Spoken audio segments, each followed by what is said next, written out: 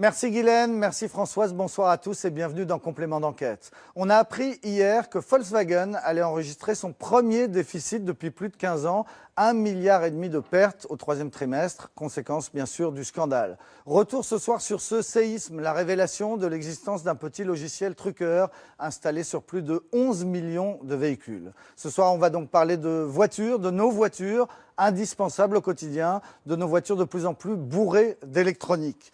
Touche pas à ma bagnole, c'est le thème de ce 321e numéro de Complément d'enquête. Face aux porte-paroles, même les questions les plus simples deviennent compliquées. Comment allez-vous ? Bon, écoutez, on va dire que ça, c'était pour le test son. Mais par contre, je vous ai prévenu, nous ne répondrons pas aux questions du type « Comment allez-vous » ?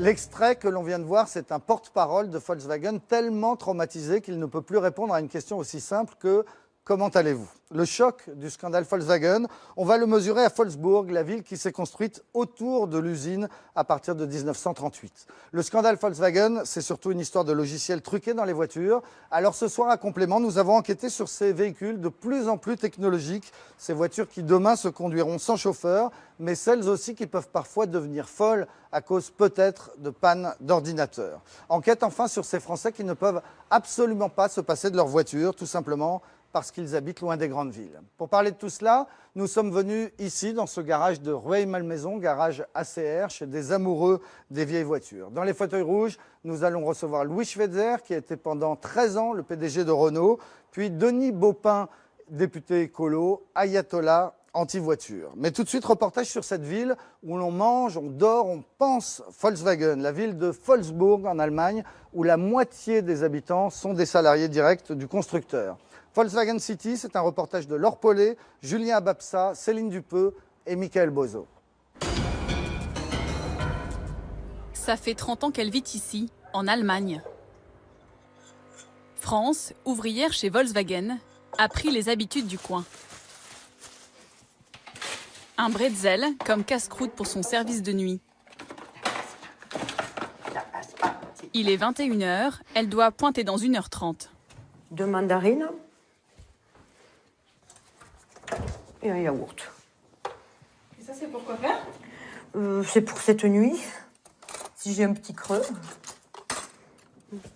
Et avec ça, il va falloir tenir combien de temps ? Jusqu'à demain matin, 7 heures. Voilà 5 ans maintenant que France fait les 3-8 pour Volkswagen. Salut. Originaire de la Côte d'Azur, elle est arrivée en Allemagne à l'âge de 20 ans, comme jeune fille au pair. Jamais elle n'aurait imaginé y construire des voitures. Avant, France enchaînait les petits boulots dans la restauration. Et puis, elle a décroché la lune. Maintenant que je suis dedans, je le vois complètement différemment. Souvent, ils disent on est une grosse famille, mais ouais, bon, on peut le voir comme ça, quoi, aussi. J'en fais partie maintenant. L'usine où travaille France, c'est le site historique du constructeur, à Wolfsburg. La plus grande fabrique automobile d'Europe. Elle a la superficie de la principauté de Monaco. C'est vrai ? Ouais. Soit plus de 600 hectares. Je suis contente de trouver le chemin là où je travaille et de ne pas me perdre. Mais si, c'est quand on y est dedans, si, c'est assez impressionnant. Là. 70 000 salariés travaillent ici. Mais à mesure que le parking se remplit, un malaise s'installe. Ce sont des collègues de travail aussi. On n'est pas beaucoup ce soir. Ces temps-ci, compliqué d'être vu avec des journalistes. Hein? Tout va bien pour toi ? Oui, tu veux dire un mot à la télé française ? Non, pas de commentaires, non. Tu fais pas de commentaires ? Bon, je dis pas de mal, hein. Sage keine schlecht. Je dis rien de mal, tu sais. Ah ouais, je sais. C'est juste qu'on est content d'avoir du travail, nous. Ja, Moi aussi, tu sais. Ich auch. Moi aussi.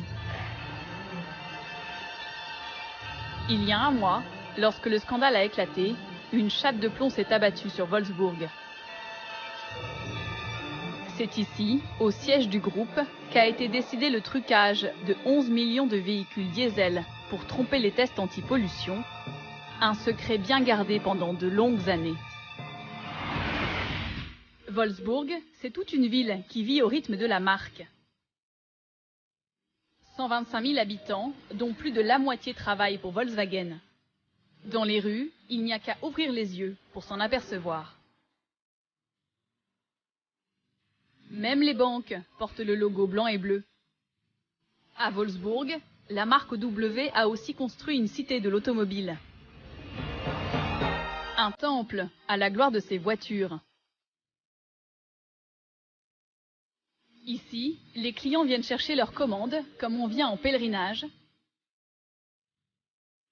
avant de repartir, le sourire aux lèvres. Ici, arrivé à l'hôtel, vous êtes toujours logé à la même enseigne, jusqu'au-dessus de votre oreiller.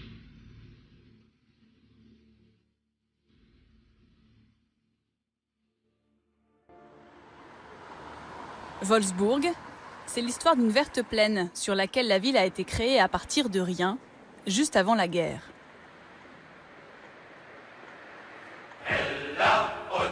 En mai 1938, dans une forêt près de Hanovre, Hitler vient poser la première pierre de l'usine gigantesque qui doit être édifiée par le Front du Travail à Wolfsburg pour construire la voiture du peuple. La voiture du peuple, en allemand ça se dit Volkswagen.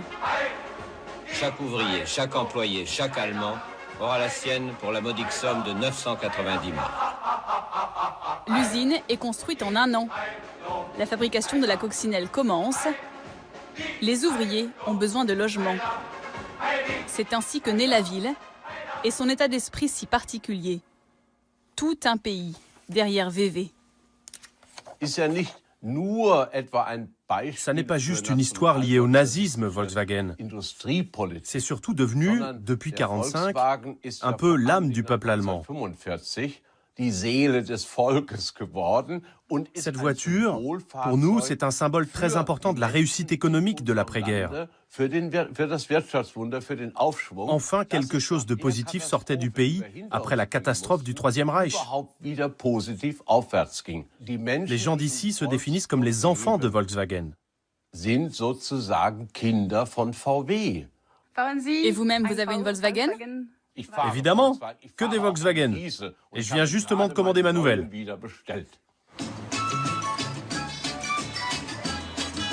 Cette douce folie, nul ne l'incarne mieux que Lessec, ancien ouvrier à l'usine de Wolfsburg.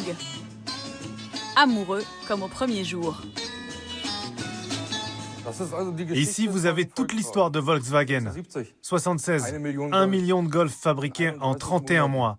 Vous savez, moi, quand je viens ici, j'ai le cœur qui bat. Dans ce musée, Lessec vient souvent pour revoir ses vieilles copines. Il les connaît toutes, chaque modèle, chaque couleur, chaque détail. Ce ne sont peut-être que des voitures, mais moi je les aime. Je les aime, ces voitures. Vous voyez, devant, on dirait un visage. Et cette coccinelle là-bas, regardez la forme du capot, on dirait qu'elle sourit.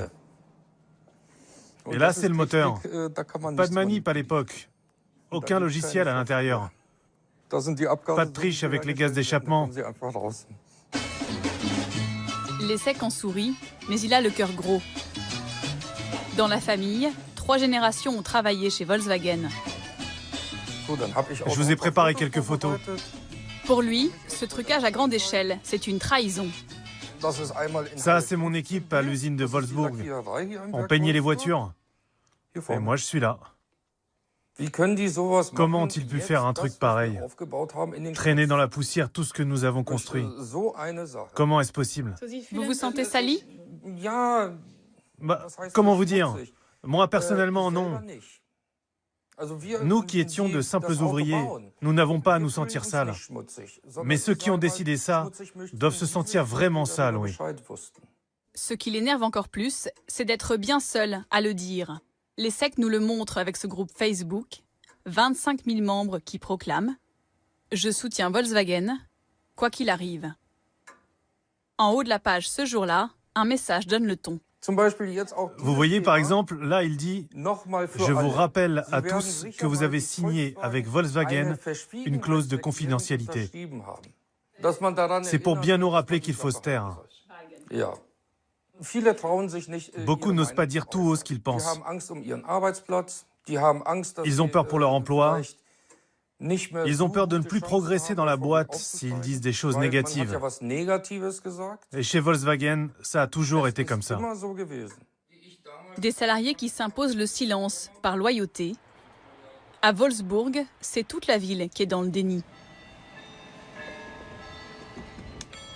À l'image de son maire, Klaus Morse. Il n'a jamais travaillé pour la marque et pourtant il la défend comme si elle était un membre de sa propre famille. Ici, beaucoup pensent, et moi aussi, que sur cette crise, on en fait trop. Nous sommes tous solidaires avec l'entreprise, car elle a toujours beaucoup donné pour la ville, notamment en matière sociale et culturelle. Volkswagen, bienfaiteur de la ville. Cela va bien au-delà de ce que nous dit Monsieur le maire. Plutôt que de travailler à l'usine, Svante Evenbourg a préféré devenir prof d'histoire. Il nous invite à faire un petit tour du propriétaire.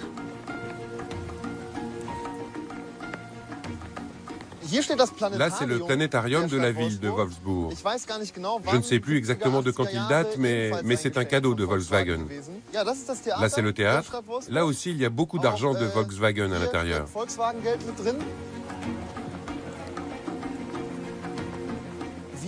Et là, nous arrivons devant la nouvelle école de Wolfsburg. Cette école a été offerte en 2008, je crois, par Volkswagen, pour l'anniversaire de la ville. À Wolfsburg, pas besoin de logo pour être lié à Volkswagen. La marque s'occupe de tout. La cantine aussi est l'une de ses filiales. Volkswagen est l'un des plus grands producteurs de charcuterie d'Allemagne. Ah bon? Oui, Volkswagen produit plus de saucisses que de voitures. Grâce aux taxes versées par Volkswagen, Wolfsburg est de loin la ville la plus riche de la région. L'an dernier, elle a collecté au total plus de 250 millions d'euros d'impôts, sans compter les cadeaux surprises. C'est quoi ça? Ça, c'est le dernier cadeau de Volkswagen pour notre 75e anniversaire en 2013. Et vous pourriez refuser ces cadeaux? Non, ça ne se refuse pas un cadeau. Et puis nous, à Wolfsburg, nous sommes si dépendants de Volkswagen que nous ne pouvons pas refuser leurs cadeaux, même les plus bizarres. Ça ne vous effraie pas? Si, bien sûr, c'est très dangereux. Je l'ai toujours dit, Wolfsburg est comme une ville de chercheurs d'or. Le jour où il n'y aura plus d'or, si Volkswagen disparaît, alors elle sera en danger de mort. Pour changer les choses, Svante s'est engagé en politique. Il est devenu conseiller municipal d'opposition au sein du jeune parti allemand des Pirates. Aujourd'hui, le jeune homme assiste impuissant à ce qu'il a toujours redouté pour sa ville, la fin de la mine d'or. Avec la fraude, Volkswagen risque de perdre des milliards d'euros et Wolfsburg se retrouve obligé de sabrer son budget. 8 millions d'euros. Là, c'était 8 millions d'euros prévus pour construire des logements. Et ben voilà, 8 millions d'euros gelés. Et là, vous avez aussi des écoles primaires qui sont touchées. Il fallait faire des travaux dans les cours de récréation. Eh bien, on ne pourra pas les faire. Juste pour cette année, 17 millions de coupes budgétaires. Et on ne sait absolument rien de ce que nous réserve l'avenir. Comment changer les mentalités? Comment échapper au poids de Volkswagen? Pour Svante, la ville s'est trop longtemps laissée aveugler et le scandale serait l'occasion d'en finir avec le tout automobile. Dans sa famille, cet espoir anime les dîners depuis le début de l'affaire. Papa, tu veux des pommes de terre? Oui, 3 s'il te plaît. Sa mère est conseillère municipale d'opposition comme lui. Moi, dans cette histoire, je voudrais bien savoir qui a décidé. Son père, lui, a travaillé 40 ans comme ingénieur chez Volkswagen, sans, dit-il, n'avoir jamais rien su des trucages de moteurs. Pour lui, sanctionner quelques hauts dirigeants ne suffit pas. C'est toute une culture de l'obéissance qu'il faut revoir. Je trouve extrêmement grave que les gens n'expriment pas leur avis. Le plus important pour eux, c'est qu'on oublie vite ce scandale. Et donc, ils ne font aucune critique du système. Mais ça ne mène à rien. Parce qu'avec cette histoire, on a une chance unique de remettre en question l'entreprise. Alors que là, tout le monde continue de suivre aveuglément la hiérarchie et ses décisions. Et ça, c'est très mauvais pour l'avenir. Ici, Svante et ses parents passeraient presque pour de dangereux révolutionnaires. Car dans la région, Volkswagen reste l'employeur rêvé, celui qui vous rend la vie facile. Sinon, il n'y aura plus de sauce après. Ce dimanche, pour le déjeuner, France a mijoté un petit plat bien de chez elle, une daube provençale. Elle reçoit son fils Yannick. Salut. Bon, il fait froid, non? Ouais, un peu. Lui aussi travaille depuis peu à l'usine. Dans la famille, Volkswagen est une sorte de fée qui a tout changé. WhatsApp. C'est magnifique comme ça. C'est chouette, hein? Ouais. Ça fait vachement bon. Parce que la maison ici, elle est récente en fait? Il y a 2 ans que je l'ai acheté, que j'ai pu l'acheter. Depuis que je suis chez Volkswagen, donc la banque sans problème m'a prêté et tout. Et donc j'ai pu acheter il y a 2 ans. Ça fait du bien de ne pas trop s'inquiéter. C'est agréable de ne pas s'inquiéter. C'est encore mieux que d'avoir gagné au loto, quoi. De rentrer chez Volkswagen. Voilà pourquoi France a poussé son fils à rentrer à son tour chez le constructeur. Yannick n'y est encore qu'intérimaire, mais chez Volkswagen, cela aboutit toujours à un CDI. Il n'a pas envie. Il n'a pas envie. C'est du moins ce qu'espérait sa mère avant le scandale. C'est la même chose pour lui. Bon, mais je sais que bon, mais son avenir serait assuré aussi. Il n'est pas dedans encore, lui. Après, on va voir ce qui se passe, donc. S'il sera prolongé ou non. Sinon, quand ça ne marche pas, un plan B dans la production de musique, et voilà. Mais enfin, Volkswagen, ça serait la sécurité. Bien sûr. Pour les ouvriers comme France et son fils, ça, c'est la nouvelle Tiguan. Ouais, elle est belle, hein? La seule question qui compte depuis l'affaire Volkswagen, c'est là où c'est là où je travaille. Ouais. C'est celle des emplois. L'usine pourra-t-elle continuer de faire vivre confortablement toute la ville? Le sujet est tabou. La seule rencontre que nous ayons obtenue avec le constructeur, c'est à cette fameuse cité de l'automobile, là où les clients viennent chercher leur nouvelle voiture. Une visite sous contrôle du service de presse. Bonjour, vous êtes content? S'il vous plaît, pas d'interview. Éloignez-vous. Depuis le début de la crise, la communication est un peu crispée. Face aux porte-paroles, même les questions les plus simples deviennent compliquées. Comment allez-vous? Bon, écoutez, on va dire que ça, c'était pour le test son. Mais par contre, je vous ai prévenu, nous ne répondrons pas aux questions du type « Comment allez-vous ?» Je peux vous expliquer ce qu'est l'Autostadt et ce que nous faisons ici. Et les enjeux plus cruciaux, évidemment, sont carrément hors de propos. Tout ce que je peux vous dire, c'est que nous avons fait un excellent début d'année à l'Autostadt. Et sinon, est-ce que vous êtes inquiet pour vos emplois ici? Là encore, je ne pourrais rien dire à ce sujet devant la caméra. Comme je vous l'ai déjà dit, c'est le genre de questions auxquelles on ne répond pas ici. D'ailleurs, je vous demande de retirer cette question du reportage, parce qu'elle n'était pas prévue. En attendant de vraies réponses, à Wolfsburg, c'est jour de match. Ici, la plupart des supporters travaillent à l'usine, et le club appartient lui aussi à la marque. À coups de millions, elle en a même fait l'une des meilleures équipes d'Allemagne. Avec cette histoire de fraude, ça va pas très fort. Alors ce serait vraiment bien qu'ils gagnent cet après-midi, pour nous tirer vers le haut. Oui, c'est sûr, une victoire, ce serait bon pour le moral à l'usine. Derrière les sourires, les lendemains s'annoncent difficiles. Volkswagen a déjà annoncé une révision de ses partenariats sportifs. Il est aussi question de réduire les bonus, les avancements. Autant de déconvenus que Yannick, le fils de France, et ses collègues encaissent jusqu'ici sans broncher. Mon avis, c'est que le football, c'est quand même moins important que les milliers d'emplois qui pourraient être supprimés. Donc, pour faire des économies, oui, moi je préfère encore qu'ils prennent sur le sport et qu'ils gardent l'argent pour l'usine et pour les salariés qui donnent tant pour la marque. Ce jour-là, l'équipe de Wolfsburg a gagné 4-2. Le lendemain, la presse locale annonçait pour la première fois de possibles suppressions d'emplois chez Volkswagen. Pour l'instant, elle ne concernerait que les intérimaires.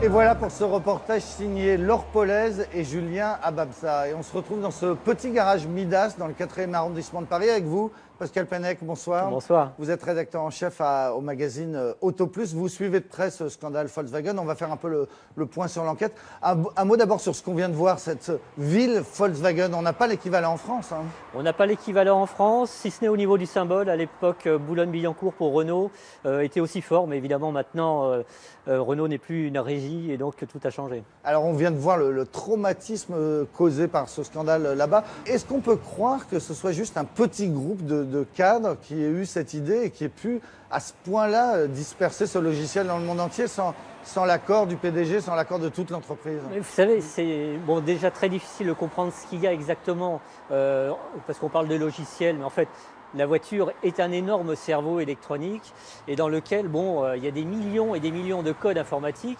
Là-dedans, qui est quelques lignes qui concernent uniquement ce qu'on appelle le logiciel tricheur, ça se limite à ça. C'est pas grand-chose, faut pas croire. Donc c'est pas. Donc c'est possible que quelques personnes, un petit groupe d'une dizaine de personnes, aient pu le faire dans le plus grand secret. C'est plus de la programmation qu'autre chose. Hein. Donc ce qui a été décidé, c'est parce qu'aux États-Unis, les normes sont extrêmement sévères, notamment sur ce qui est mis en cause aujourd'hui, c'est les oxydes d'azote, les NOx, qui sont le poison du diesel. Là-bas, le moteur qui est mis en cause, il était beaucoup trop ancien pour arriver à passer ces normes qui sont drastiques aux États-Unis. Hein. On parle de 31 mg de NOx, alors qu'en Europe, l'année dernière, on en était encore à 180, hein, pour montrer à quel point le delta est considérable.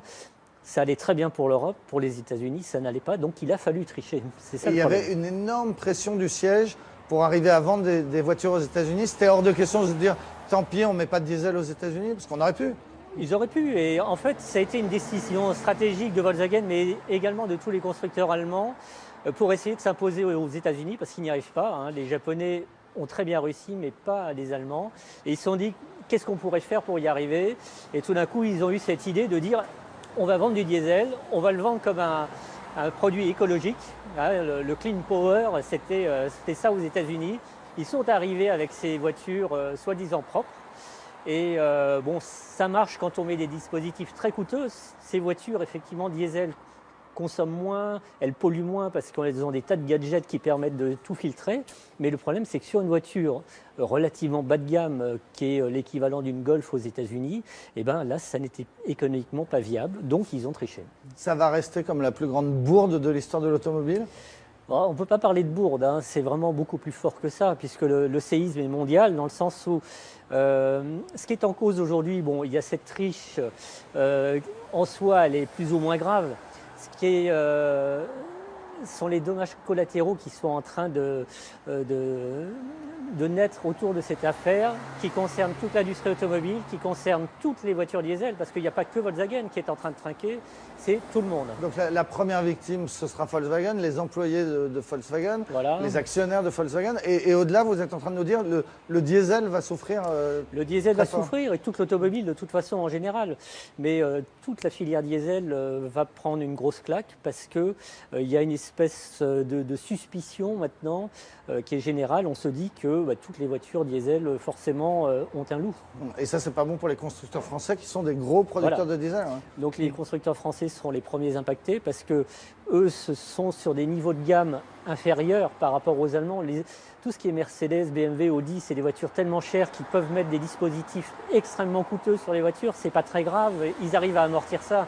Sur des voitures bas de gamme ou de moyenne gamme comme ce qui est le cœur de créneau des marques françaises, c'est évidemment beaucoup plus compliqué. Alors, PSA a déjà fait le saut, à savoir qu'il dote ses voitures de ce qu'on appelle l'AdBlue, hein, c'est-à-dire c'est l'urée qui arrive à corriger les NOx. C'est un dispositif qui coûte cher, mais ils ont fait ce pari. Renault n'en est pas là.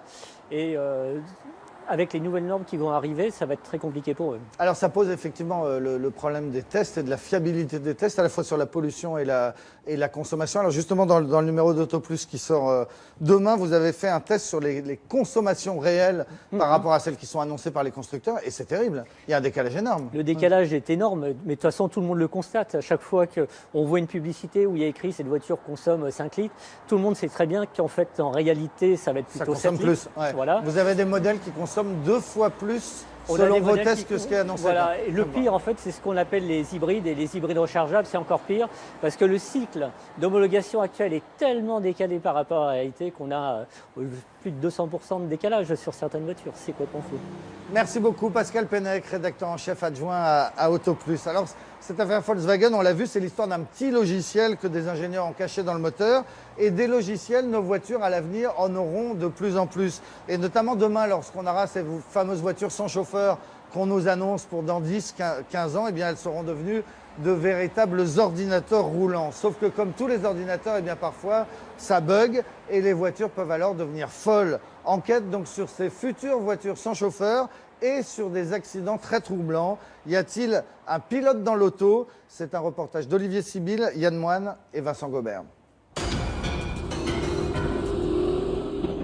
Eric Saner a longtemps hésité avant de prendre le volant.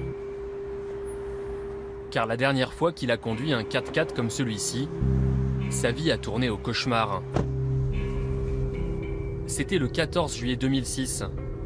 Ce consultant de la région toulousaine venait de s'acheter une nouvelle voiture, une Toyota, équipée d'un régulateur de vitesse. Une fonction qui permet de rouler à vitesse constante, sans toucher aux pédales. Il y a un levier ici, avec un bouton on-off. Quand on tire le levier vers soi, ben ça désactive le régulateur. Voilà, c'est très simple. J'ai eu plusieurs véhicules avant celui-ci sur lequel j'utilisais un régulateur très souvent, parce que je faisais beaucoup de routes. J'ai jamais eu aucun problème, ça m'a jamais paru très compliqué. Ce jour-là, Eric Saner part en vacances avec sa femme. Sur l'autoroute, il a réglé le régulateur sur 130 km/h. Il faisait un temps magnifique, ciel bleu, pas un nuage, nouvelle voiture, confortable. À l'approche du péage, au sud de Nantes, il tente de désactiver le régulateur de vitesse. En vain. La voiture ne ralentit pas, les freins ne répondent plus, la pédale est dure comme du bois. En 30 à 40 secondes, vous avez juste le temps de réaliser que vous allez vous arriver à toute vitesse sur un péage, que votre voiture est emballée, qu'il n'y a pas moyen de l'arrêter. J'ai pensé à un moment faire demi-tour, et puis je me suis dit que ça allait être... c'est complètement suicidaire. Vous êtes sous stress, donc j'ai pas pensé à autre chose qu'essayer de sauver ma peau. Eric Saner repère une file de libre. Il s'y engouffre. Il percute la barrière de péage et une employée qui était en train de traverser. Elle meurt quelques minutes plus tard. 40 mètres plus loin, il réussit enfin à s'arrêter. Moi, de toute façon, j'étais extrêmement choqué. Donc on m'a emmené au poste de gendarmerie ou de police, je ne sais plus très bien. On vous interroge pendant des heures en vous demandant sur quelle pédale vous avez appuyé, qu'est-ce que vous avez fait exactement. Je ne m'attendais pas à ce qu'on ne me croie pas, je ne m'attendais pas à ce qu'on considère que par définition j'étais coupable. Voilà. Et moi je savais bien qu'il s'était passé quelque chose d'anormal. Les expertises ne révèlent pourtant aucun défaut sur la voiture, aucune trace d'un problème technique. Eric Saner se retrouve donc au tribunal pour homicide involontaire. Mais après 3 ans et 2 procès, il est finalement innocenté par la justice. J'ai eu beaucoup de mal à m'en remettre, enfin j'étais dans une sorte de dépression. J'avais pas de voiture, pas de permis, j'ai pas pu pratiquement travailler pendant 2 ans, ou difficilement. Ce que j'ai vécu, je souhaite à personne de le vivre. Pour la justice, c'est un accident sans coupable. Ni le conducteur, ni le constructeur ne sont responsables. Alors, que s'est-il passé? Vous avez eu des contacts avec Toyota? Aucun contact. Comme dans la quasi-totalité des accidents similaires, le constructeur estime qu'il n'est pas responsable. Des voitures inarrêtables, il y en a eu des dizaines ces dernières années. Cette nouvelle affaire de régulateur de vitesse resté coincé dans une voiture. Les policiers ont dû ouvrir la route à la voiture devenue incontrôlable pendant 40 minutes. À chaque fois le même scénario, et à l'arrivée, aucun défaut constaté, ni aucun constructeur condamné. Voiture devenue folle, conducteur maladroit ou constructeur cachotier, que se passe-t-il sous le capot? Le scandale Volkswagen l'a montré. Avec l'électronique embarquée, tout est possible, le pire comme le meilleur.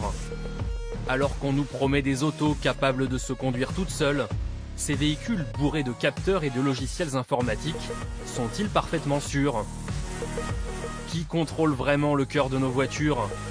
Nous sommes allés voir des garagistes, des experts, des ingénieurs. Complément d'enquête vous offre la révision complète.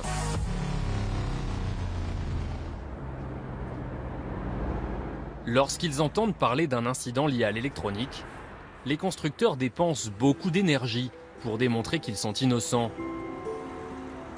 En 2012, à Montauban, Francis Serrano en a fait l'expérience. Bonjour, Marie, ma fille. Une des clientes de ce concessionnaire a eu la peur de sa vie. Elle aussi a été coincée dans sa voiture lancée à toute allure. Elle a mis 40 km à s'arrêter, escortée par les gendarmes. C'était ce type de voiture, c'était une Toyota Prius. Francis Serrano et sa fille sont persuadés qu'il y a eu un problème de freinage et que le constructeur ne leur a pas tout dit. Je me dis quand même, elle a été escortée par des gendarmes, par un patrouilleur. Les gens étaient à côté d'elle, voyaient bien que quand même elle essayait d'arrêter son véhicule et qu'elle n'y arrivait pas. C'était pas une jeune conductrice qui, pour la première fois, on lui mettait une voiture dans les mains. Je me dis, bon, il s'est bien passé quelque chose. Christophe, le mécanicien qui a démonté la voiture, se souvient encore d'un détail qui ne trompe pas. Des plaquettes de frein. Ça, c'est un disque carbonisé. Usé. Vous avez un petit support ici anti-friction là, qui fait anti-bruit. Et ça, c'était recourbé, quoi. Donc, c'est monté relativement en température, quoi. C'est vraiment qu'elle a eu la volonté de freiner et qu'elle n'a pas pu, quoi. Voilà. 2 semaines après l'incident, Francis Serrano voit débarquer au garage 5 ingénieurs de Toyota, venus spécialement de Belgique et du Royaume-Uni. Quand j'ai vu arriver ce minivan avec tous ces gens et toutes ces valises, j'avais jamais vu, quoi. J'ai 60 ans, j'avais jamais vu de tels outils qui étaient capables de rentrer comme ça, presque dans l'âme d'une voiture. Ils nous ont dit, c'est eux qui nous l'ont dit, parce que c'était pas écrit dans un langage qu'on pouvait comprendre, ils nous ont dit qu'il n'y avait aucun défaut. Verdict des experts, la voiture fonctionne parfaitement. Les freins changés, elle a même été rachetée par Toyota. Pour en avoir le cœur net, l'assureur de Francis Serrano a fait appel à un deuxième expert, Patrice Castet.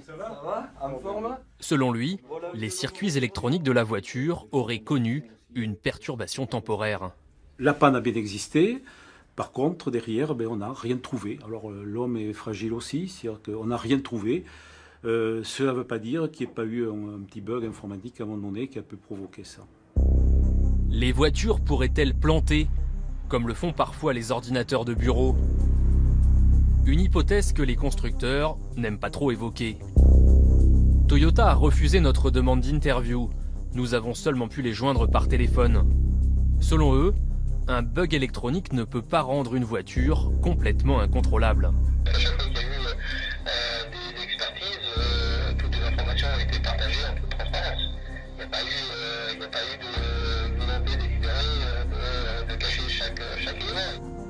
Mais pour Pierre-Olivier Savreux, il y a bel et bien un problème de transparence dans l'automobile.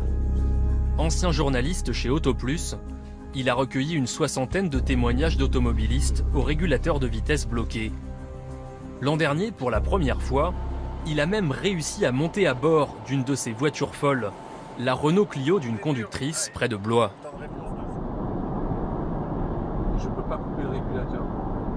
Ah, la voiture elle est lancée, je donne des ordres. Il a fait constater le problème de freinage par un huissier. Elle ne descend pas. Là, d'un seul coup, on a la preuve physique que ce dont se sont plaints de nombreux conducteurs était bien réalisable. Renault, à son tour, a fait expertiser la voiture. Dans le rapport, le constructeur français reconnaît le problème de freinage. Le véhicule ne doit pas être utilisé en l'état. Danger immédiat. Mais Renault se garde bien d'évoquer toute cause liée à l'électronique. Pour Pierre-Olivier Savreux, impossible d'en savoir plus. Et voici pourquoi. Le constructeur fait aussi en sorte qu'il n'y ait quasiment que lui qui puisse lire ces données. Et aujourd'hui, la plupart des expertises et des contre-expertises des véhicules qui pourraient connaître des dysfonctionnements, il faut le dire, sont faites par le constructeur lui-même. C'est une situation complètement ubuesque. C'est comme si Boeing réalisait lui-même la lecture de ses boîtes noires. Pourquoi est-ce devenu si compliqué, voire impossible de comprendre ce qui se passe dans nos propres voitures? Petit test, dans un des plus grands centres techniques de la région parisienne. Nous arrivons au volant d'une voiture récente, une Renault Mégane, qui appartient à France 2. Nous la confions à Pascal Sigrist, un spécialiste des entrailles de nos voitures. Donc voilà dans le compartiment moteur. Ça ne saute pas aux yeux, mais dès qu'on fouille un peu, de l'électronique, il y en a partout. On va avoir un bloc complet qui est un bloc avec de l'électronique à l'intérieur. Un calculateur qui est le calculateur qui va gérer, qui va régler l'ensemble du moteur. Depuis une quinzaine d'années, les voitures ont beaucoup changé. Un modèle comme celui-ci contient plus d'une centaine de capteurs électroniques. Dans vos sièges, il y a de l'électronique, il y a des capteurs. Dans vos ceintures, il y a des capteurs. Dans les roues, dans les vitres. Ces capteurs fournissent des millions d'informations chaque seconde, même lorsque le contact est coupé. Une voiture ne s'éteint complètement qu'au bout d'une heure, au niveau électrique et électronique. Pendant quasiment une heure en moyenne, une voiture continue à rester en surveillance et en veille de certaines choses. Et pour ausculter notre voiture, Pascal Sigrist ne sort pas sa caisse à outils, mais un terminal informatique qu'il branche sous le tableau de bord. Sur son écran, le bulletin de santé de notre Mégane s'affiche instantanément. Donc un système moteur avec 3 défauts, un système d'ABS avec un défaut. Cette liste, ce sont des petites pannes, sans gravité. Mais le garagiste a-t-il accès à toutes les informations contenues dans notre voiture? On n'est pas compétent pour avoir les détails de la cartographie du moteur et de l'ensemble des réglages qui ont été programmés dans l'ensemble des calculateurs. Ça, on ne sait pas le faire. Et ça, qui peut y avoir accès? Les ingénieurs qui font les développements. Il y aurait donc une partie cachée, des programmes informatiques inaccessibles. Les meilleurs experts savent vous dépasser, alors nous sommes allés voir des ingénieurs. Pas ceux des constructeurs automobiles qui ont refusé nos demandes, mais ceux de l'école des mines à Paris. François Goulette est spécialiste d'électronique embarquée. Il a accepté de nous dévoiler comment sont conçus les programmes informatiques des voitures et de nous montrer ce qu'on appelle des lignes de code. Accrochez-vous. Il y a plusieurs types de langages. Donc ça, c'est proche du langage C, qui est un langage assez répandu dans l'industrie. Il y a des lettres, il y a une syntaxe, il y a des mots. C'est comme un texte qui est suivi, ou une série d'instructions qui va être suivie par ensuite l'ordinateur. Ces programmes commandent la puissance du moteur, l'assistance au freinage, mais aussi, pourquoi pas, les rejets de gaz du pot d'échappement lors d'un contrôle anti-pollution. Pour les installer dans la voiture, il faut les coder une seconde fois et les stocker dans ces cartes électroniques. Le problème, c'est qu'une fois réencodés, ces programmes deviennent indéchiffrables. Est-ce que vous ou moi, on peut avoir accès à toutes les lignes de code qui sont sur cette carte, si c'est un constructeur automobile qui les a mises? A priori, non, c'est pas possible, c'est trop complexe. C'est déjà du concentré d'intelligence. Difficile à comprendre sous cette forme-là, si on n'a pas de la documentation. Et une fois qu'il est transféré là, il est devenu incompréhensible par un humain. Si l'électronique embarquée est un sujet ultra sensible pour les constructeurs, c'est peut-être aussi parce que les enjeux industriels sont aujourd'hui colossaux. L'électronique dans la voiture, ce n'est que le début. À Bordeaux cet automne, se tient même le salon mondial de la voiture intelligente. Tous les constructeurs sont venus y présenter leurs dernières nouveautés. J'appuie sur le bouton. Sur le parking, on croise des voitures qui se garent toutes seules. On croise aussi des Français, bien placés dans la course à l'innovation. Vous allez voir, la voiture va s'arrêter. Les fameux capteurs laser vont détecter qu'il y a un obstacle. Enfin, quand ça marche. Ah. Au salon, l'électronique n'a que des qualités. Confort, simplicité et surtout sécurité. L'une des vedettes cette année, c'est le dernier prototype de Peugeot Citroën. Et on est en train de filmer là. Voilà, merci. En apparence, une voiture de série comme les autres. Très sollicité, elle fait le buzz de voiture. Ah oui, il y a pas mal de gens qui sont intéressés pour voir ce qu'il y a dedans, effectivement. Car ce Citroën C4 a une particularité. Il est capable de rouler sans conducteur. Comme vous pouvez le voir ici, il y a des radars, hein, donc on en voit ici sur le côté. On peut voir aussi un autre radar central ici. Et dans le coffre, des ordinateurs.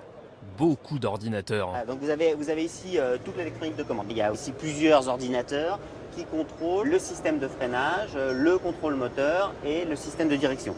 On pense que à horizon 2020, ça tiendra dans un calculateur de cette taille-là. Cette voiture, Peugeot Citroën a même commencé à la tester sur nos autoroutes, en toute discrétion. À bord, il suffit d'appuyer sur un petit bouton magique. Donc là, la fonction est disponible. Donc je l'active, j'appuie sur le bouton qui est sur le volant. Ouais, je lâche tout. Voilà. Donc là, la fonction est active.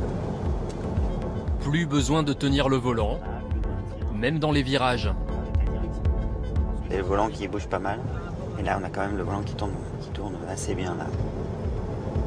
On voit le virage est assez serré. Donc on va provoquer un dépassement. À 110 km/h, au milieu du trafic, la voiture peut aussi doubler et se rabattre toute seule. L'idée, c'est lorsqu'on va commercialiser ces véhicules, c'est que en mode autonome, le client puisse faire d'autres activités que celle de conduire. Hein. Typiquement, regarder un journal, ses SMS.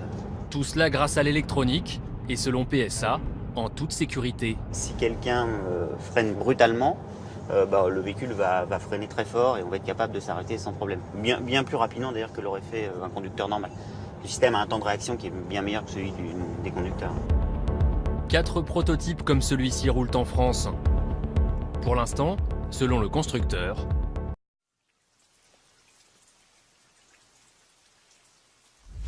aucun incident n'est à déplorer.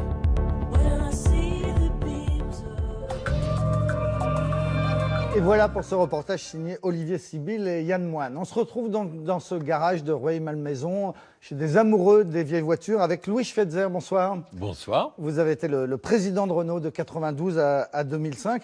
On vous a installé là devant une Dauphine Gordini, vieille voiture, dans laquelle il n'y avait pas d'électronique. C'était le bon temps ?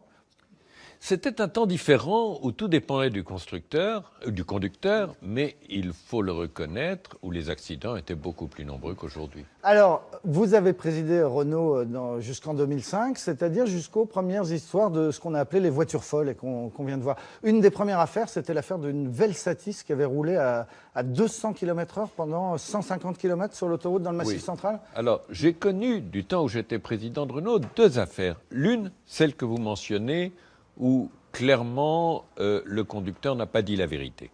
C'est-à-dire qu'il a justifié un excès de vitesse par l'électronique alors que l'excès de vitesse était le sien.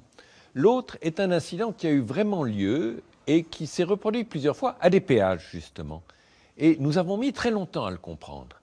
Et nous avons compris que des gens, pensant appuyer sur la pédale de frein, avaient appuyé sur la pédale de débrayage. Et autant le frein est censé débrayer, supprimer le système de vitesse obligatoire, autant bien sûr le débrayage ne le supprime pas. Et ça, c'était le cas à l'époque. Depuis, bien sûr, les choses ont évolué. Mais vous êtes en train de nous dire que toutes les affaires de voitures folles, et il y en a quand même quelques dizaines, c'est toujours soit des affabulateurs, soit des gens qui se trompent de pédale? C'est jamais l'électronique qui ne marche pas? L'électronique peut aussi être en défaut, et dans le reportage, il y a un cas où il paraît bien que l'électronique est en défaut. Il faut savoir que l'électronique, il y a des bugs. Ces bugs sont rarissimes, ils sont beaucoup moins fréquents que les erreurs humaines. Autrement dit, quand on regarde par exemple les avions, tout le pilotage est fait par de l'électronique. Et ça a beaucoup réduit le nombre d'accidents. Dans l'automobile, l'électronique a beaucoup réduit le nombre d'accidents. On pense à l'ABS, on pense à l'ESR, tous les systèmes qui évitent des erreurs de conduite et qui font qu'on est plus efficace. Mais de temps en temps, il y a un bug. C'est vrai que ce sont des accidents qui sont un peu rares, mais on en reparle avec intérêt aujourd'hui parce qu'on nous annonce d'un seul coup que les voitures sans chauffeur, c'est pour bientôt, que ça progresse. On vient de voir une voiture PSA qui roule entre Paris et Bordeaux. Et du coup, on se dit, mais lorsqu'il n'y aura plus de chauffeurs dans les voitures, ça va devenir dangereux, ces problèmes de bugs. Ces voitures électroniques auront sans doute moins d'accidents que des voitures conduites par des hommes. Mais la responsabilité sera toute différente. Au fond, nous acceptons l'erreur humaine. Nous n'acceptons pas qu'une machine nous trahisse et nous tue sans responsabilité personnelle. Et donc je pense qu'on a, à juste titre, plus d'exigences pour l'électronique que pour l'homme. L'homme est faillible. L'électronique doit être infaillible. Alors c'est pour quand? Une vraie voiture qui me permettra d'aller au bureau sans toucher le volant? Sûrement pas avant 10 ans et peut-être pas avant 20 ans. Pourquoi? D'abord parce qu'il faut que l'électronique soit absolument parfaite. Et puis ensuite, ces voitures sans chauffeur circuleront au milieu de gens normaux, de voitures conduites par des conducteurs, d'enfants, de ballons qui passent sur la route. Bref, de toute une série d'événements qu'il faut entièrement prévoir quand on fait une voiture électronique. Et l'imprévu, ça fait partie de la vie quotidienne. Donc pas avant 20 ans, 30 ans? Je sais pas. En tout cas, pas avant 10 ans et peut-être pas avant 30 ans. Comment vous avez réagi lorsque, il y a 6 semaines, vous avez appris l'énorme scandale Volkswagen? Vous qui avez présidé une entreprise de la même taille que Volkswagen, est-ce que vous vous êtes dit, mais ils sont fous ces Allemands? Je dis, c'est d'abord une fraude, à ma connaissance, sans précédent de cette ampleur. Et je ne sais pas qui a décidé la chose. Ce que je sais, c'est qu'elle s'explique, sans doute, en partie, par une culture d'entreprise où, au fond, on n'ose pas discuter un ordre, on n'ose pas avouer un échec et on considère que le succès de l'entreprise est plus important que le respect des règles. Il y avait trop de pression pour vendre des voitures aux États-Unis et faute d'y arriver à faire baisser la pollution, on a inventé ça. J'ai l'impression que c'est cela l'explication, oui, et je pense que c'est un problème de déontologie d'entreprise. La question que tout le monde se pose depuis 6 semaines, c'est est-ce que les constructeurs français n'ont pas d'autres logiciels tricheurs? Je ne pense pas, je ne suis pas allé vérifier ces tricheurs, mais je connais ces entreprises qui n'ont pas la même culture et je ne pense pas qu'elles aient commis la même faute.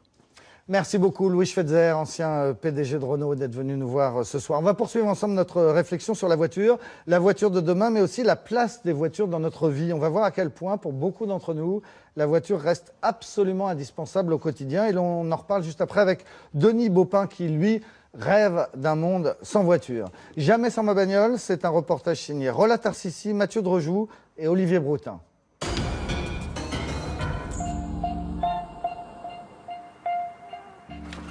À 6 heures précises, tous les matins dans les rues de Fruges, le même bruit.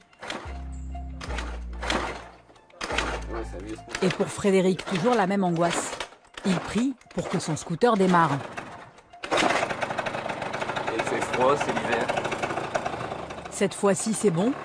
Frédéric est soulagé. Quand son deux roues est en panne, ce jeune ouvrier de 24 ans est incapable de rejoindre son chantier. Il perd donc sa journée de travail et ses 70 € de salaire quotidien. Mon scooter, actuellement, à Fruges, c'est pas possible. Il n'y a pas de bus qui tombe aux horaires, il n'y a pas de train, il n'y a pas de métro. Donc non, sans scooter, je ne pourrais pas travailler. Non. Frédéric et Poliana vivent dans un village du Pas-de-Calais. Ils n'ont pas le permis et donc pas de voiture. Avec leurs 2 enfants et leurs 1 400 € par mois, ils n'en ont pas les moyens. Le seul véhicule de la famille, c'est ce vieux scooter à bout de souffle. acheté d'occasion 150 € l'an dernier. Chaque jour, le jeune papa avale 50 km sur des petites routes de campagne.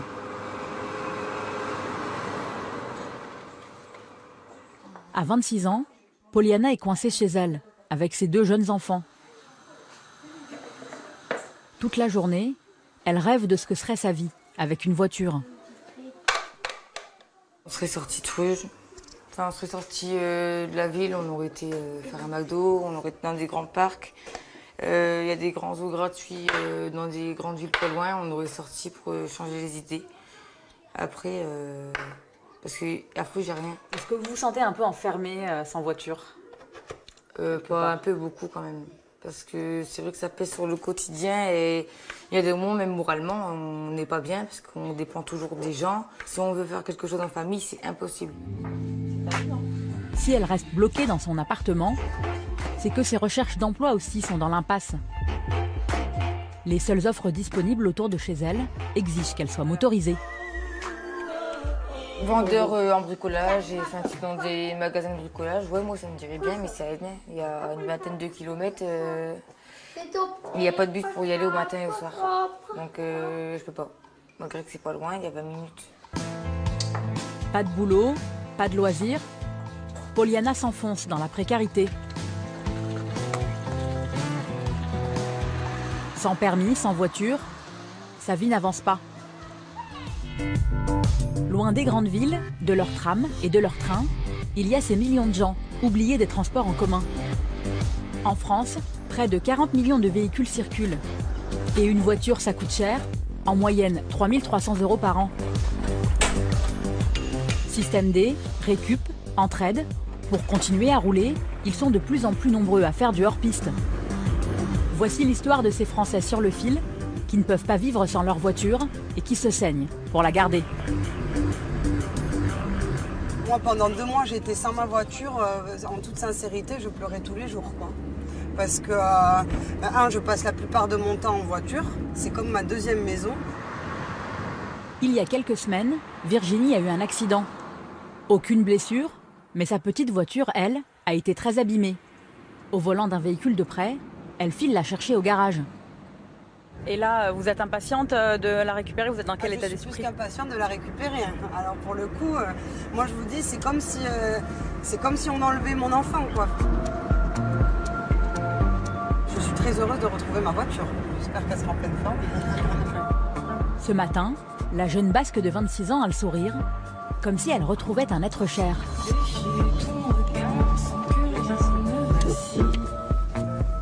C'est ma Ford, ça. Ah, je suis trop contente, quoi. Génial. Ça fait bien plaisir de la voir comme ça parce qu'elle est plus du tout cabossée. J'avais le capot qui était complètement soulevé, l'intérieur aussi, pareil, tout avait reculé un petit peu.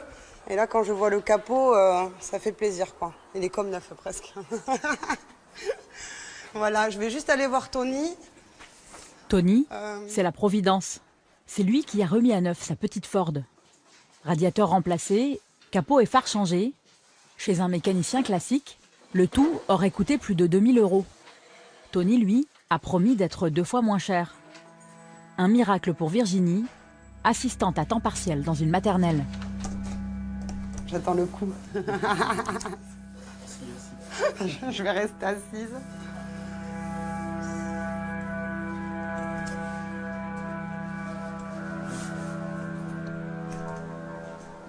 Donc le montant de la réparation s'élève à 1 119,20 €. D'accord. Voilà. C'est possible de payer en plusieurs fois Oui, ou de donc on peut faire un paiement en 4 fois, voilà, au maximum. Ça aurait été jouable de payer d'un coup? Impossible. Ah non, impossible pour moi de payer d'un coup. Je suis en situation, j'ai pas forcément les moyens déjà pour subvenir à mes besoins chaque fin de mois, c'est compliqué. Du coup, non, j'aurais jamais pu. Même en 4 fois, c'est limite pour moi. Vous allez rogner sur quoi? Écoutez, je sais même pas sur quoi rogner parce que là, ma situation aujourd'hui est compliquée, quoi. Donc je sais pas, je vais devoir faire des efforts, même sur la nourriture, même presque. Quitte à la limite à parfois être un petit peu à moins sur son compte ou n'importe. Je suis obligée, moi, la voiture me sert vraiment tous les jours, quoi. Des travailleurs pauvres comme Virginie, Tony en voit de plus en plus. C'est d'ailleurs pour ça qu'il y a 5 ans, ce patron de casse s'est lancé dans la réparation de véhicules. Son secret, pour être moins cher, il utilise des pièces d'occasion piochées dans son propre stock. Les gens venaient chercher des pièces et souvent ils demandaient est-ce qu'on ne pouvait pas faire la réparation, on ne pouvait pas monter la pièce, je vous ai acheté une aile, c'est pas la bonne couleur, elle est bonne mais c'est pas la bonne couleur, est-ce que vous pouvez me la peindre? Donc voilà. C'est pour des raisons financières avant tout que les personnes... Ah, c'est évident, quoi, parce qu'on va être du simple au double sur un prix d'une aile d'occasion. Toute la journée, pendant que son fils Maxime a la tête dans les moteurs, Tony est pendu à son téléphone. Oui, bonjour, c'est la Cassil Toto, venez d'essayer de me joindre. Oui, c'était pour savoir si vous aviez une pompe hydraulique pour une C5. Oui. À quel prix? Ça vaut 250. Au bout du fil, des automobilistes inquiets qui cherchent des pièces bon marché. Tony le sait, au moindre pépin, leur vie peut basculer. Les gens qui font la démarche de venir dans des casses, c'est des gens qui ont a priori déjà des difficultés. Donc le moindre incident, un pneu crevé, un phare qui ne marche pas, c'est une catastrophe. Le choix de réparer la voiture, c'est pas un choix, je dirais, pris à la légère, quoi. C'est avoir un moyen de transport ou ne pas avoir de moyen de transport. Depuis 15 ans, le prix de l'entretien d'une voiture a presque doublé. Alors certains retroussent leurs manches et prennent la place de leur garagiste. Loin du Pays Basque, une autre casse, près de Saint-Étienne. Un cimetière de voitures où pas un cadavre ne repose en paix. Ici, 2 fois par semaine, des clients débrouillards viennent les désosser pour récupérer eux-mêmes les pièces dont ils ont besoin.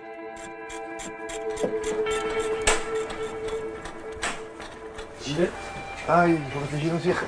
Obligé, faut se faire reconnaître. C'est tout en bas là. Voilà.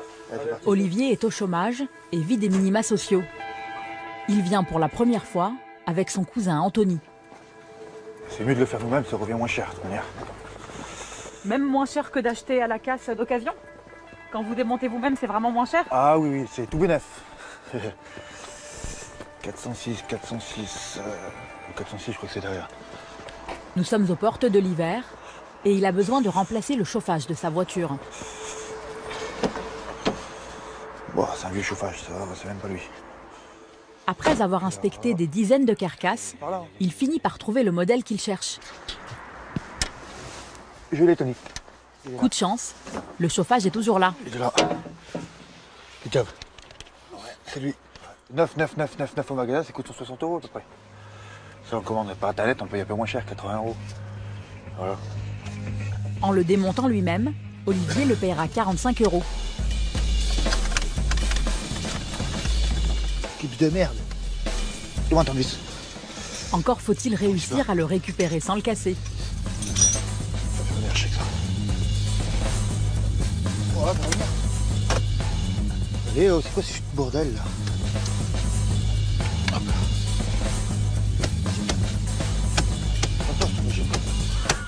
Hop là. Eh ben, avec un gros tournevis, on y arrive.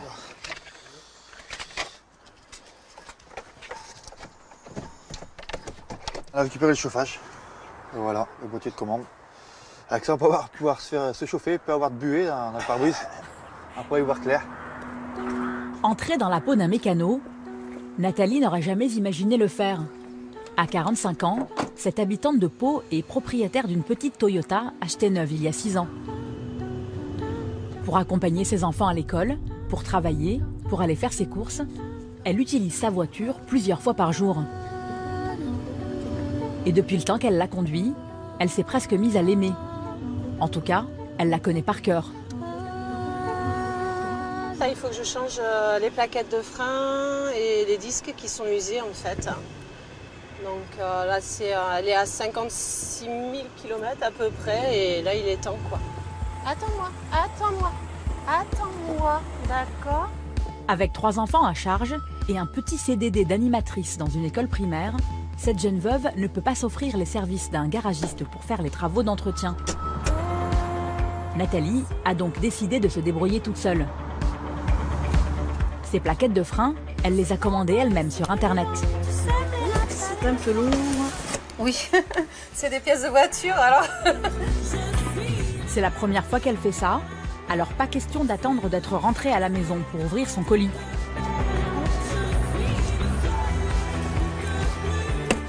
Bon, j'espère qu'ils se sont pas trompés. Tout est ok. C'est génial. Il y a des nanas, elles seront contentes de réceptionner des chaussures. Moi, ça m'intéresse pas. Je préfère réceptionner ça, en fait. Donc, les plaquettes, elles vont se mettre dans des mâchoires qui vont venir se poser comme ça.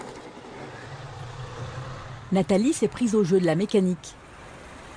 Et lorsqu'elle retrouve sa copine Joëlle, Allez, je t'offre un café? Là. elle cause bagnole et bon plan. Je te montre. Donc moi j'étais dans les freins. Ouais, tout est répertorié. Voilà. Le jeu de 4 plaquettes, elle me coûte 26,23 € au lieu de 81,96 €. Vous échangez les tuyaux en termes de voiture? Ben là, du coup, je lui fasse le tuyau parce qu'elle n'aille pas acheter des pièces n'importe où aussi. Le tuyau qu'on m'a donné moi, ben, je lui transmets. Aujourd'hui, c'est ça. C'est pas garder les choses pour soi. Si on peut aider l'autre aussi à mieux vivre, ben, autant le faire, quoi. Échange de bons procédés, c'est justement grâce à Joëlle que Nathalie va devenir mécano au garage solidaire de Pau. Ce jour-là, elle va changer elle-même ses plaquettes de frein. C'est la première fois que je vais le faire, donc ça va être très rigolo. J'étais comme petite fille quand j'ai ouvert le paquet. Et maintenant, voilà, on va passer à l'action. Ici, on paye selon ses moyens. Pour Nathalie, c'est 12 € de l'heure, 4 fois moins cher que dans un garage traditionnel. L'apprenti mécano se lance sous l'œil d'un professionnel, Yves, un mécanicien de l'association.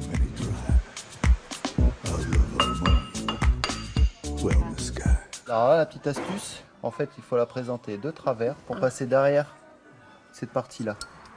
Et voilà. Je sais ce qu'on est en train de faire à ma voiture. Je sais exactement voilà, l'état de mes pièces. Ça m'est déjà arrivé d'aller dans d'autres garages et puis de ne pas savoir en fait, ce qu'on avait fait à ma voiture et de faire confiance et d'avoir des surprises. Ce garage, en libre service, est ouvert depuis 10 ans. Il ne désemplit pas. La moitié des clients sont des femmes. Et donc il y a tout. Là, on a il y a de plus en plus d'adhésions qui se font sur la dernière année. On n'a pas explosé le chiffre d'adhésion, mais c'est quasiment doublé. 2 heures plus tard, Nathalie ne cache pas sa fierté d'avoir les mains toutes noires. Elle vient de changer ses plaquettes de frein, toute seule. C'est génial. Je suis trop contente. Vraiment, c'est chouette. Ma voiture, voilà, ça me représente moi. Donc j'essaie de prendre le plus grand soin de cette petite voiture, comme j'essaie de prendre le plus grand soin de moi-même. Voilà, je pense que c'est important. Et ne lui parlez surtout pas de pollution. Pour elle, l'écologie est un luxe qu'elle ne peut pas s'offrir. Je sais ce que c'est d'être sans voiture. Et moi, personnellement, je vis toute seule avec mes 3 enfants. Ça voudrait dire ne pas pouvoir travailler. Donc, pas pouvoir travailler, c'est pas pouvoir leur donner à manger, pas pouvoir les mettre à l'école. Enfin, voilà, tout ce qui fait une vie. Aujourd'hui, on a des voitures qui peuvent être non polluantes, mais qui sont difficiles d'accès au maximum. Donc, moi, ce serait plutôt les constructeurs et les politiques de mettre à disposition, justement, des consommateurs, des voitures non polluantes et à prix en fait accessible. En attendant ce jour, Nathalie repart, heureuse, pas prête de lâcher cette petite voiture qu'elle aime tant.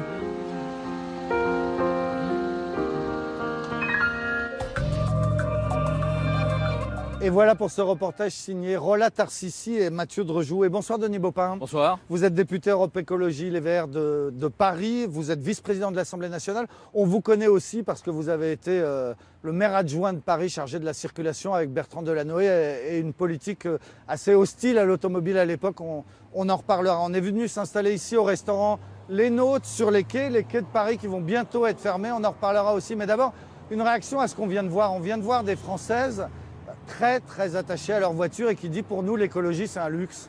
Non mais c'est normal, enfin je veux dire, tous ces gens ont en effet besoin de voitures. Le problème aujourd'hui, c'est que quelque part, ils sont victimes des constructeurs automobiles. C'est-à-dire qu'ils disent tous qu'ils ont du mal à finir leur fin de mois. Pourquoi? Parce qu'on construit des véhicules aujourd'hui qui sont bien trop chers à l'achat et bien trop chers à la consommation. Pourquoi est-ce que toutes les voitures qu'on achète aujourd'hui dans le commerce, elles doivent rouler à 180 ou 190 km/h? Tout le monde sait que la limitation, c'est à 130. Pourquoi? Parce qu'il faut avoir de la puissance sous la pédale pour pouvoir avoir de la reprise une fois, 2 fois par an quand on double sur l'autoroute. Mais c'est complètement dément que les gens doivent payer beaucoup plus cher pour avoir un moteur surpuissant, alors que l'essentiel du temps, ils vont utiliser leur voiture en ville, dans des endroits où ils vont rouler beaucoup moins vite. Et la conséquence, c'est quand vous roulez à 30 km/h en ville avec une voiture qui a été conçue pour pouvoir rouler à 180 km/h, c'est qu'elle va consommer 40% de plus. Ça veut dire 40% de pollution de plus, 40% d'émissions de gaz à effet de serre de plus et 40% de votre argent que vous mettez pour payer du carburant qui ne sert à rien. Donc il est temps que les constructeurs automobiles changent de modèle. Aujourd'hui, on est un peu comme avant l'arrivée de l'iPhone et de tous ces smartphones. C'est-à-dire qu'on est encore au téléphone avec fil pour les voitures. Le numérique va tout changer et la contrainte écologique va tout changer. Il est temps que les constructeurs automobiles s'adaptent parce que de toute façon, il y a des pays dans lesquels aujourd'hui, il y a des projets de petites voitures, des voitures à 1 place, des voitures à 2 places, des voitures avec des carburants alternatifs, etc., qui vont émerger, qui coûteront beaucoup moins cher pour le consommateur. Et comme ça, le consommateur, il ne sera plus dans cette espèce de schizophrénie où il devra choisir entre être citoyen non polluant et consommateur qui se préoccupe de sa fin de mois. Mais alors, vous faites aussi partie de ceux qui nous disaient depuis longtemps, la voiture, c'est pas l'avenir, il faut inventer d'autres moyens de transport, développer les transports en commun, le vélo, etc. Là, on vient quand même de voir des gens qui vivent à la campagne et pour qui le bus, le vélo, ça n'existe pas. Il leur faut leur voiture. Évidemment. Moi, je fais partie des écologistes qui essayent de convaincre mes camarades, en effet, parce que j'ai été longtemps le Khmer vert, l'Ayatollah, ici, dans Paris, on s'occupait. Parce qu'ici, évidemment, on a un réseau de transport collectif à nul égal en Europe. Hein. C'est-à-dire c'est le meilleur réseau de transport collectif d'Europe à Paris. Mais évidemment, dans le reste du territoire, il y a beaucoup de gens qui ont besoin de véhicules. Mais pour autant, on doit donc, nous, en tant qu'écologistes, se préoccuper de l'avenir de la bagnole. Si on veut réussir à lutter contre le dérèglement climatique et donc faire en sorte qu'on n'ait pas toutes les catastrophes qu'on nous annonce, il faut changer la bagnole. Si on ne change pas la bagnole, vu le taux d'utilisation des véhicules aujourd'hui, on n'y arrivera pas. Mais c'est tout à fait possible. Ouais. C'est ça la question. C'est que lorsque j'ai fait mon rapport avec Fabienne Keller, on a interrogé tous les constructeurs automobiles. On leur a demandé, est-ce que vous êtes capable de construire ces petits véhicules peu consommateurs, sobres, etc. Ils ont tous dit oui.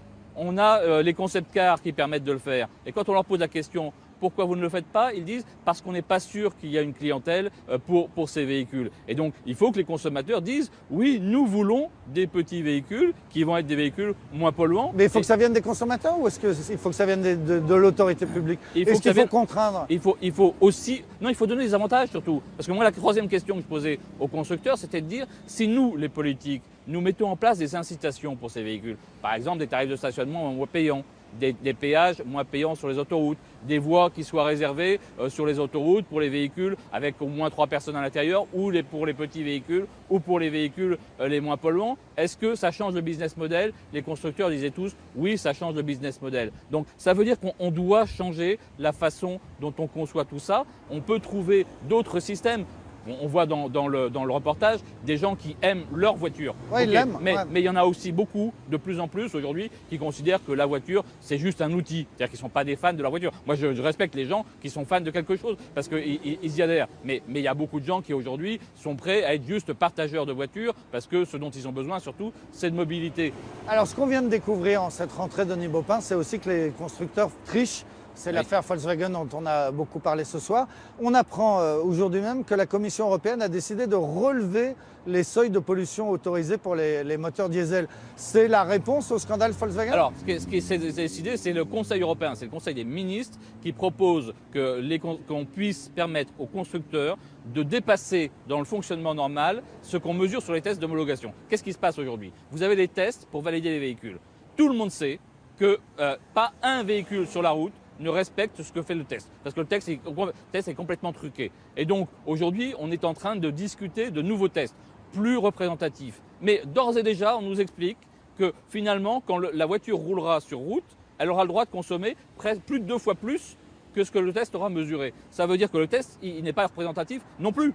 On accepte à l'avance, de dire aux consommateurs, on va avoir une belle étiquette sur la voiture qu'on va vous vendre, en disant elle pollue assez peu, elle consomme assez peu, mais en fait quand le consommateur va l'utiliser, la voiture polluera 2 fois plus et elle consommera 2 fois plus. Ouais. Ça n'est pas normal. Il faut que le consommateur puisse avoir confiance. Le Dieselgate qu'on vient d'avoir avec Volkswagen, c'est un problème de confiance. Et donc si on veut restaurer la confiance, il faut que le consommateur, quand il va acheter un véhicule, il sache réellement ce qu'il achète. Enfin, Denis Baupin, on va parler de ça, cette voie Georges Pompidou. Là, pour ceux qui ne connaissent pas bien Paris, c'est vraiment un des axes principaux de traversée de Paris le long de la Seine. On vient d'apprendre que c'est bientôt terminé. Après l'été prochain, après Paris-Plage, ce ne sera plus rouvert. Il n'y aura plus jamais de voitures ici. Ça va mettre un bordel là-haut et tout autour, non? Non, mais on avait dit la même chose quand il y a eu la fermeture des voies sur berge de l'autre côté. Ouais. Et finalement, à l'arrivée, ça s'est très vite régulé. On m'avait dit la même chose lorsqu'on a mis des couloirs de bus, etc. Les villes changent. Partout dans le monde, les villes changent. À l'intérieur des villes, il faut qu'on ait moins de circulation automobile parce qu'on a un problème de santé publique à cause de la pollution de l'air. Et aujourd'hui, les problèmes de santé publique, ils touchent tout le monde, et particulièrement... Ouais, mais vous êtes sûr que ce sera moins polluant quand toutes ces voitures seront là-haut sur les quais? Elles pollueront autant, sauf qu'il y aura des bouchons, elles pollueront plus. Si toutes les voitures se déplacent d'un quai à l'autre, en effet, on n'aura pas gagné. Mais ce qu'on constate depuis des années, c'est qu'au fur et à mesure qu'on désengorge les villes, on a de plus en plus de gens qui prennent les transports collectifs, donc de moins en moins de pollution. On a baissé de 25% la circulation automobile à Paris entre 2001 et aujourd'hui. Donc ça prouve que des politiques incitatives pour réduire la circulation automobile, ça fonctionne. Et pas qu'à Paris, hein, ça fonctionne dans toutes les villes à travers le monde parce que les villes ont donné trop de place pendant des décennies à la voiture. Georges Pompidou disait, d'ailleurs on est sur la voie Georges Pompidou, Georges Pompidou disait il faut adapter la ville à la voiture. Bah non, il faut adapter la ville à ses habitants. C'est quand même un peu plus sain. Bon, ça va faire encore un gros débat, on n'a pas fini d'en parler. Merci beaucoup, Denis Baupin, député de Paris Europe Écologie Les Verts. Voilà quelques-unes des questions qu'on souhaitait poser ce soir sur l'univers de la voiture, en espérant avoir aussi apporté quelques réponses. Merci à ceux qui m'ont aidé à préparer cette émission. Thomas Auro, Joël Bruandé et Clément Castex à la rédaction en chef, Caroline Durand à la préparation des plateaux, Philippe Lallemand à leur réalisation. La semaine prochaine, un nouveau numéro de complément d'enquête consacré à la justice. Tout de suite, musique sur France 2, c'est Alcaline.